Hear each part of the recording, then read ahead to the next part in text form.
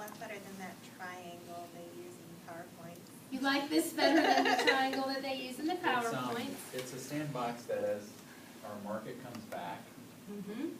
will be more accepted, because agents, I think the way they rolled Pro out, they teased everybody with it, and Mhm. everybody sees what's there and they want it, but Mhm. they can't afford it, Okay. because they're trying to cut costs. Now, that's a limiting belief on their part. Right. I'm a coach, I say that, right? Okay, that's a limiting belief. Mm-hmm. But when I think of our team leaders, had some way of easily providing this to potential new prospect agents. I mean, Yeah. this is something we have way over our competition. Sure it is. Is this a revolutionary idea in the real estate industry? Yes, it And is. I guarantee you that our competitors are looking at this right now and they are figuring out how they can do it. Dan? Well, for me, the big thing, I mean, these are all great ideas, but the only way that they're really going to come to reality is not only you as trainers, but the agents utilize the voice that they have to build the system.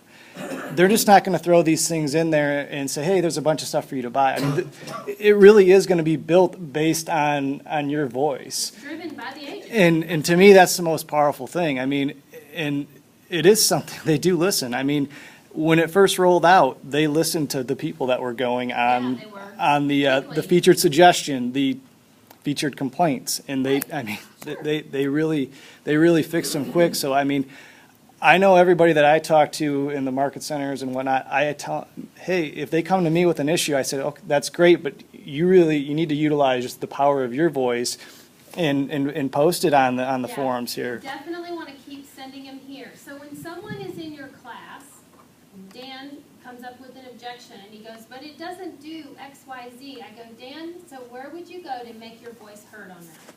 Yep. And he says, collaborate. Okay? All right. Now, I get this question a lot.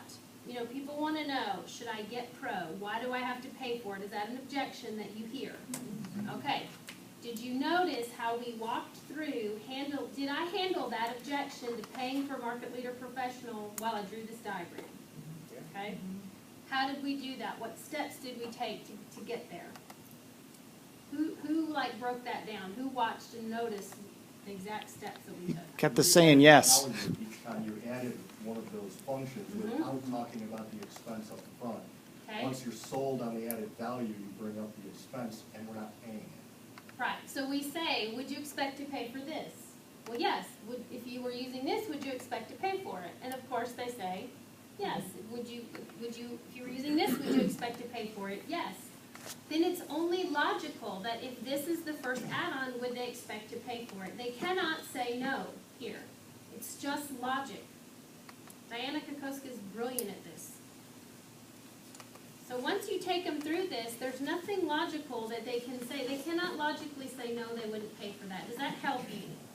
All right, I'm gonna keep this diagram up here. Sometimes people want to take pictures of it. Usually when I have another color, I will usually put these future or these things that we dream about in like orange or purple, just to make it a little bit easier on the colors. I'm a little bit more visual. Does this help?